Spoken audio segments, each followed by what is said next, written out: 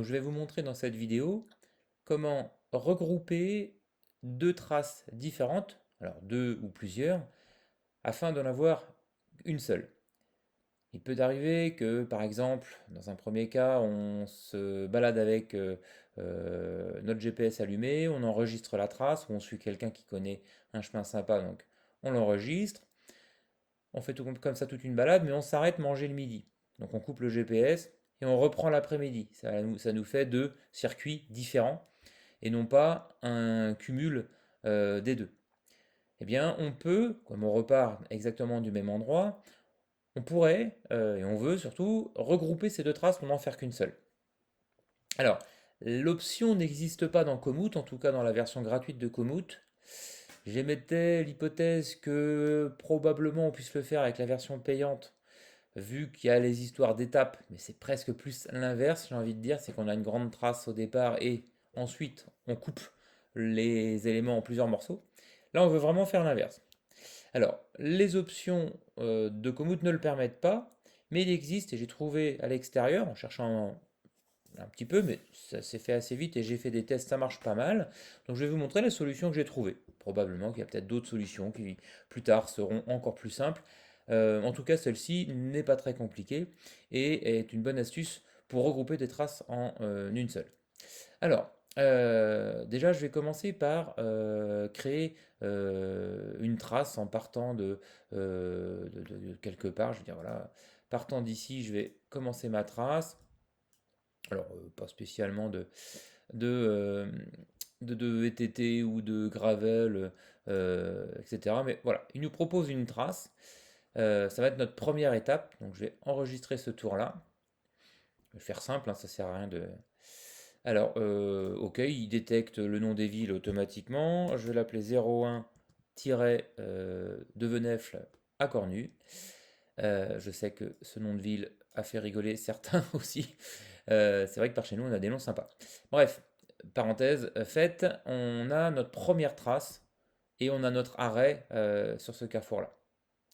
Alors, l'étape d'après consistera à faire encore une autre étape qui part d'ici. Alors, déjà, cette méthode-là va être assez sympathique. Ça va être, comme je vous l'avais montré dans les premières vidéos, pour replanifier le tour. Alors, on va pas faire sélectionner point de départ, sinon ça inverse les. Enfin, c'est pour repartir d'un autre endroit, tout en gardant cette trace-là. Moi, je vais plutôt ouvrir, pardon, replanifier ce tour, excusez-moi, et ouvrir dans le planificateur. Voilà.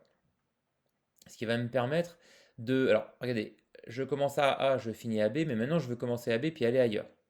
Bien déjà, je vais inverser le tour, ce qui fait que le A commence ici, le B par là-bas. Et alors, je vais agrandir ça, ça sera mieux sur la vidéo. Dézoomer et partir, prendre le point ici, puis l'amener ailleurs. Je vais aller jusqu'ici. Et pourquoi pas en passant par là. Voilà ma deuxième trace. Je l'enregistre aussi. Et on va l'appeler 02.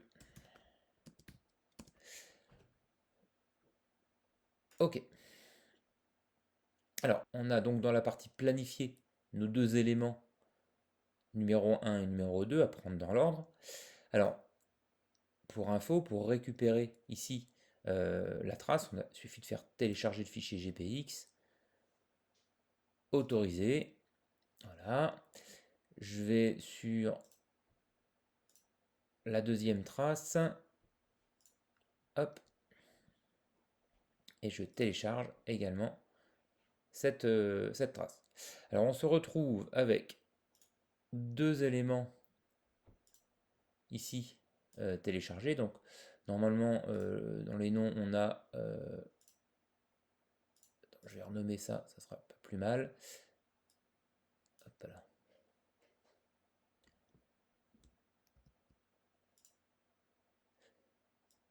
Ah, c'est pas vrai. Voilà.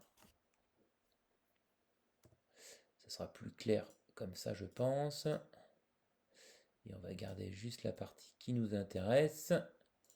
Parfait.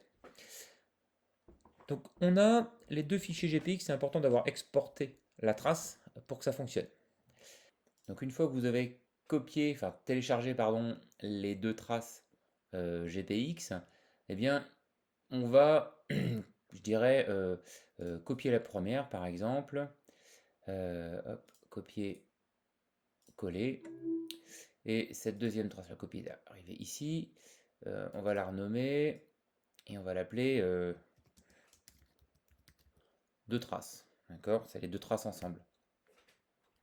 Ou vous remettez de Venef à Laillé, par exemple.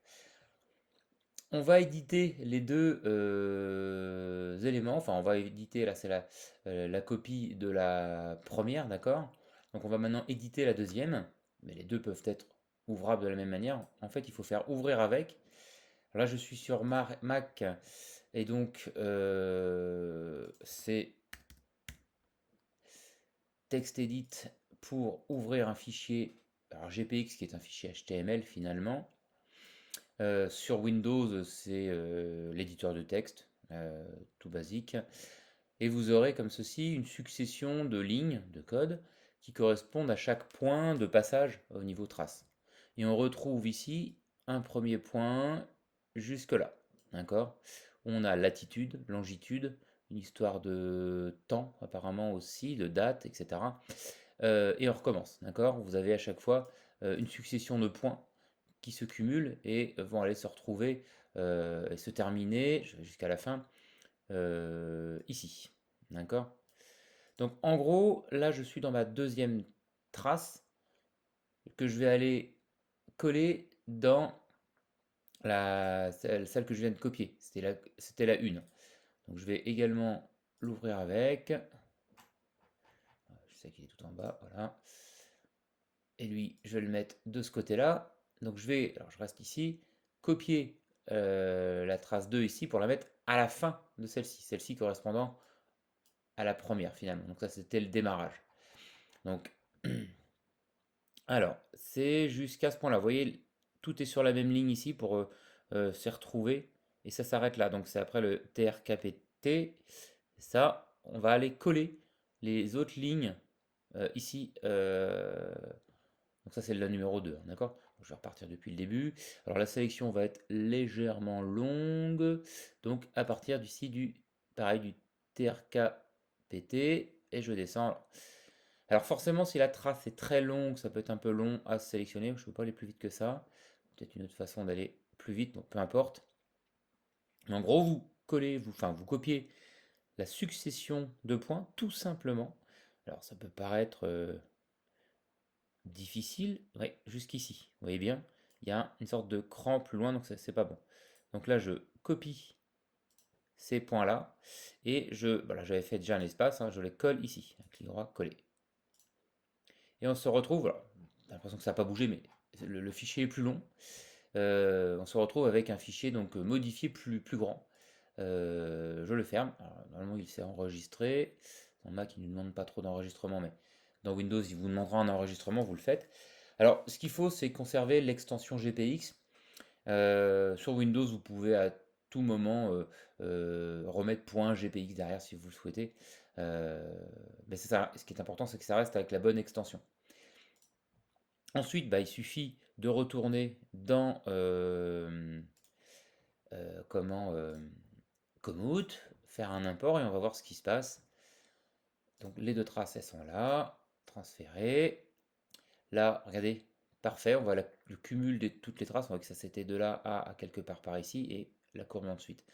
Donc ça c'est de l'import classique. Là on peut modifier le type. Ici voilà, gravel par exemple. Suivant. On s'en fout, on va laisser sur cette trace là. Et on se retrouve avec, alors on peut le changer le nom, à chaque fois il faut remettre deux traces, voilà. Ok. Et on a bien, si je pointe dessus, le cumul des deux traces. Vous vous rappelez, la première trace s'arrêtait à l'intersection ici, quelque part par là. Et la seconde, comme ceci. Donc voilà, c'est, je trouve, la solution la plus simple. Il n'y a pas de logiciel supplémentaire pour le faire. J'avais trouvé une petite appli sur le cloud direct hein, qui s'appelait GoToOs, un truc comme ça, je ne sais plus l'expression, enfin la façon de le prononcer, pardon, qui est de Strava. Mais très honnêtement, j'ai trouvé ça assez complexe. Euh, Là, par exemple, mes deux fichiers sont déjà sélectionnés, je vais juste vous montrer.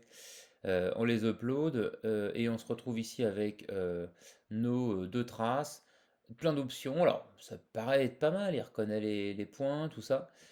Oh, j'ai essayé de trifouiller avec tous les points, etc., les options, à gauche, à droite. Il n'y en a aucune qui marche correctement. J'y ai presque cru en cochant ici Interpolate Track, mais ça modifiait la trace. Je retrouvais pas exactement la même trace. Là, le fait de copier dans les fichiers GPX ligne par ligne, on récupère point par point. Il n'y a aucune erreur possible. Là, c'est voilà, réinterprété par des logiciels, ce qui fait que c'est pas, je trouve pas ça parfait. Donc, pour moi, la meilleure des solutions, c'était de faire cette copie de deux traces GPX. Alors, je vous l'accorde, si vous avez 3, 4, 5, 6 traces, on peut vite se perdre dans tout le workflow de copie. Mais jusqu'à maintenant, j'ai pas trouvé de truc mieux que ça. Et c'est vrai que ça marche pas mal. Bon, le jour où je trouverai un petit outil qui marche super bien du premier coup, qui est super simple, j'hésiterai pas à vous le présenter. Voilà, merci d'avoir suivi cette vidéo et n'hésitez pas encore une fois à vous abonner et à liker, etc. Merci, à bientôt.